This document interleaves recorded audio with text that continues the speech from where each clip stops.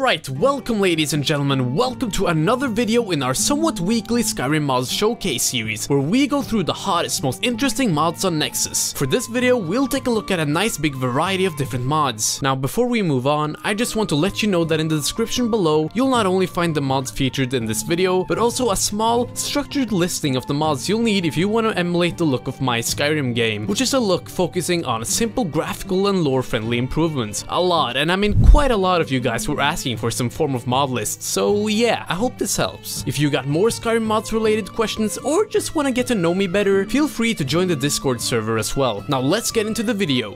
One of the most sought after aspects of any mod is something that manages to provide the player with a more immersive experience, often making the in-game characters seem more lifelike and alive. A mod that's managed to do this pretty well is the very popular mod EVG Conditional Idols, which I've previously covered. Through the magnificent Dynamic Animation Replacer mod, the mod provides your player with a couple of unintrusive animations to react to the different kinds of conditions. Although it's a very subtle mod, it's definitely among my favorites and will always have a place in my load order. This is why I got very excited when I saw a mod from the mod author Cookeh, inspired by EVG Conditional Idols, called Cookeh's Conditional and Random Animations. Similar to Everglade's mod, this adds small, subtle, hand-animated player character idols, both random and conditional, through the Dynamic Animation Replacer. Starting with the base default idol, giving it a fresh new look, in addition to an idol with a trigger chance of 25% where your character will stop and take a look around, slowly taking in the surrounding area, actually showing interest and paying attention rather than just standing there like a robot. Another more rare idol to be seen on top of the base default idol with a trigger chance of 25% is the Pumping Fist idol, where your character, amused by their hand as any living creature, gently clutches their hand in a very cinematic and satisfying animation. It's just a little extra something your character will do at times. Moving on to the more conditional ones, when outside with a stamina loss below 70%,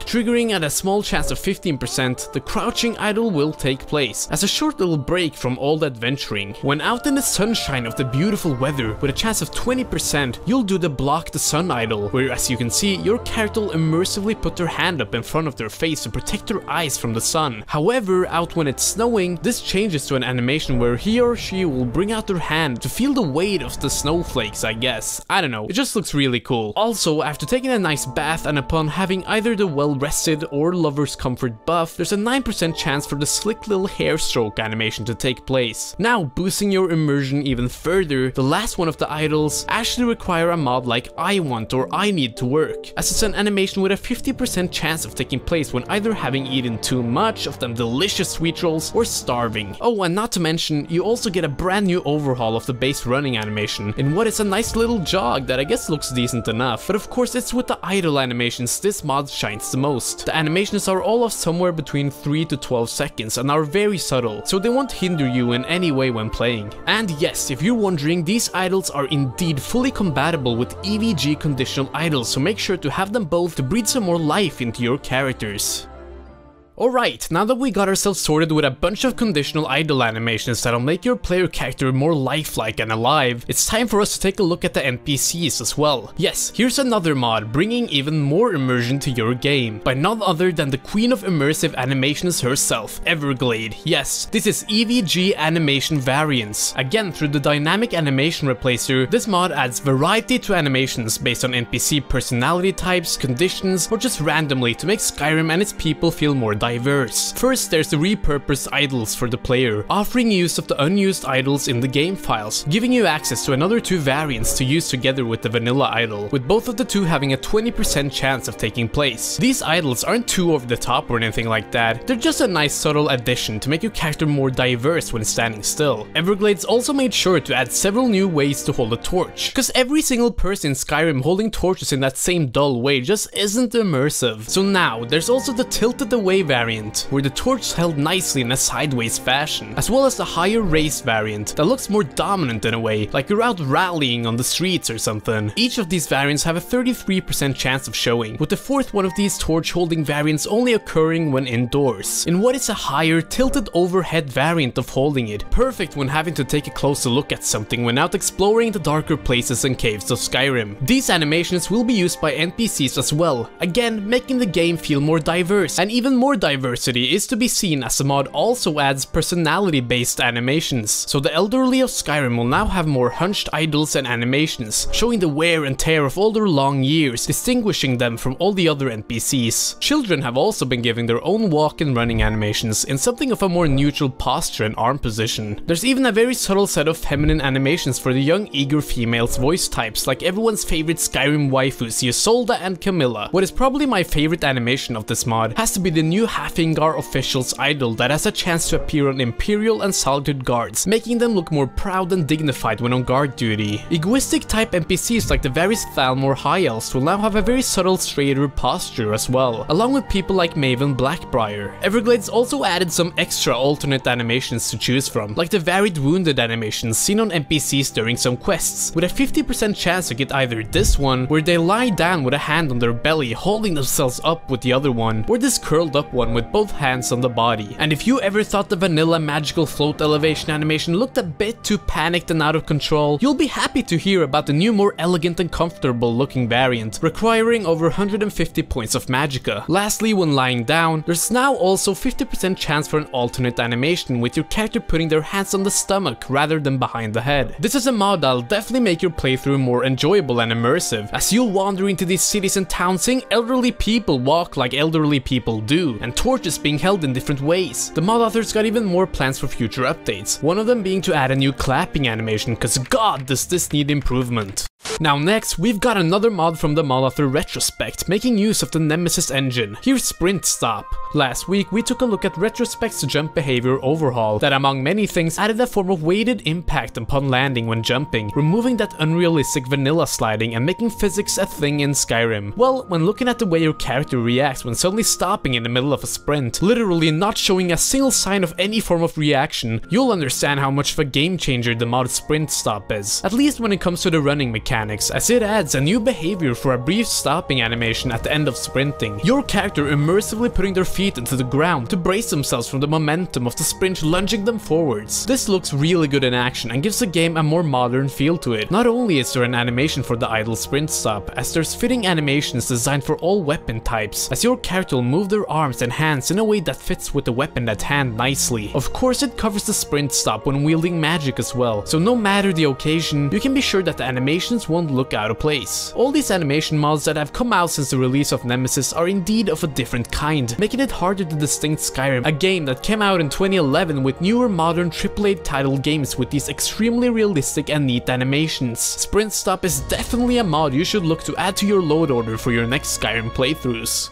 Good animation, amazing textures, lore-friendly armors and weapons, these are all things that can immerse you into the game when playing. But there is one thing, one aspect, especially in the Elder Scrolls games, that have always stood out when it comes to what it provides when it comes to immersion and pulling the player into the game. I am of course talking about the music, yes. I can't count how many times I've found myself just standing somewhere in Skyrim and listening as the in-game music takes me on a journey of its own. There's no denying the greatness of Jeremy Soule's works in these games. The way his music provides such an unique ambience with melodies that immerses you into the game rather than distracting you is unmatched. That is, of course, until now, as the next mod, Chapter 2 Jeremy Soule inspired music by Drama Music provides you with an hour of professional composed exploration music to Skyrim using Jeremy Soule's composing techniques. There are many mods out there adding various types of background music to the game, but these are mostly lists gathered through mashups of generic sounding fancy music found on YouTube. But as you can hear from the song playing in the background right now, the artist has taken a lot of inspiration from the original game soundtrack. On the mod page, he describes how he spent a long time studying and analyzing all of Oblivion's and Skyrim's music, inevitably noticing subtle patterns and trends in the songs, to create his own score of an hour of fan-made Elder Scrolls-esque ambient fantasy music. And just take a listen to how wonderfully these tracks fit and blend in with the game.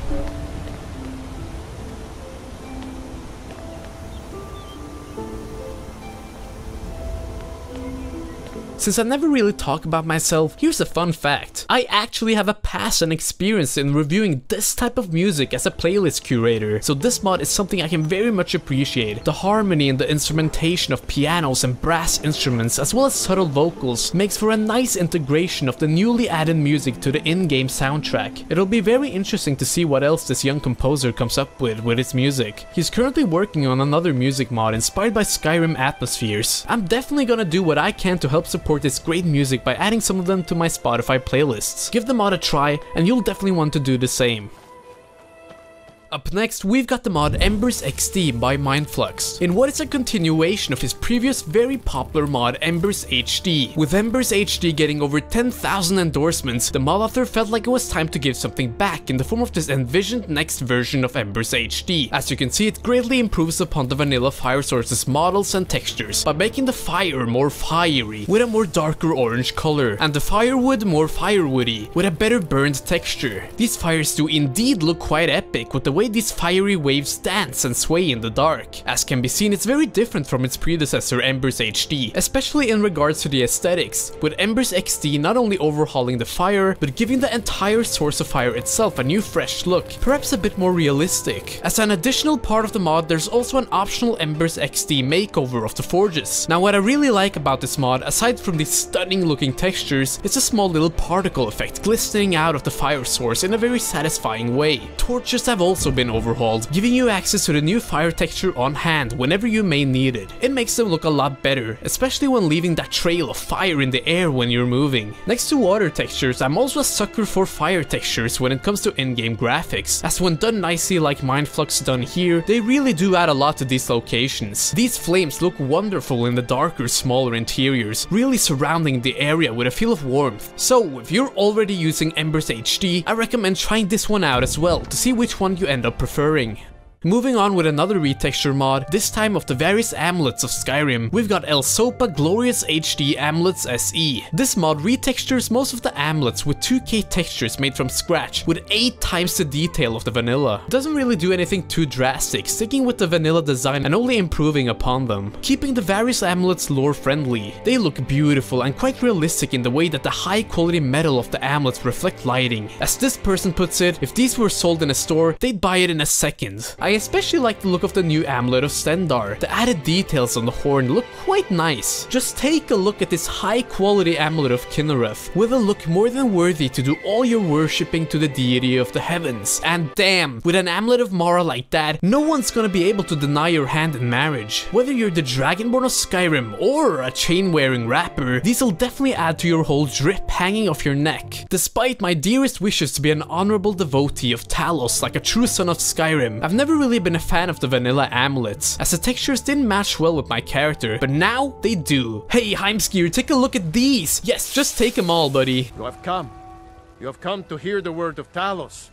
Next, we've got a new Deserter X armor mod in the form of DX Necromancer Robes. As always, there's both a UNP and a CBBE body-side version of this outfit. These guys really know how to release high-quality armors and outfits. To get your hands on these new craftable Daedric robes, you'll have to make your way to the Halls of the Dead in Windhelm, where you'll find 5 skulls of dark magic. Yes, very spooky. Each one represents a color, and when taking them to a forge, you'll be able to craft the different parts of the corresponding color. With details out of this world, the outfit really is a sight to behold. DX never ceases to amaze me. The look of this just gives me a nice pleasurable feeling, and no, not because of the skimpiness of the outfit, but the sheer quality and the hand-painted textures and handmade mesh made from scratch in Blender. Each part of the outfit's been made to add to that Necromancer theme, of course starting with the very mage-like robe, with that voodoo doll thing hanging off, and all these eye-glowing skulls, as well as this cool book with a freaking eye. Oh, and not to mention the gorgeous star amulet, as we've just talked about amulets. I don't even know if these can count as gloves, but they've got claws on them to keep all the men at bay, as they won't be able to resist your beauty when wearing this. There's also a blindfold, cause necromancers don't need to see because, magic. On the back, you'll have a mighty fine looking cosmetic staff with even more skulls. If you for some reason feel like the outfit isn't skimpy enough for your specific needs, then there's also a transparent version of the robe. This is actually the case for all the different colored robes, as yes, in addition to this green one, there's the black Necromancer robes, the Barney colored purple one, and the red one, and lastly the white robes. The color change actually affects the various trinkets, as the color of the skull's eyes change as well. Both the wide variety of colors here, and the possibility of being able to mix and match the different parts, makes it befit for a lot of different types of character builds. Now, although the staff looks very cool, the fact that it's cosmetic may put you off, but then it's time for me to tell you to turn yourself on, I guess, because with the standalone mod, DX Staff of Necromancy SE, turning these staves into functional weapons, you'll get to make the most out of the entire outfit. As the staffs of the Necromancy type, it allows the caster to reanimate a very powerful dead body for 60 seconds to aid them in battle. Every single person involved in the process of the creation of this outfit deserves a nice pat on the back, because this is indeed yet another top-notch DX armor mod.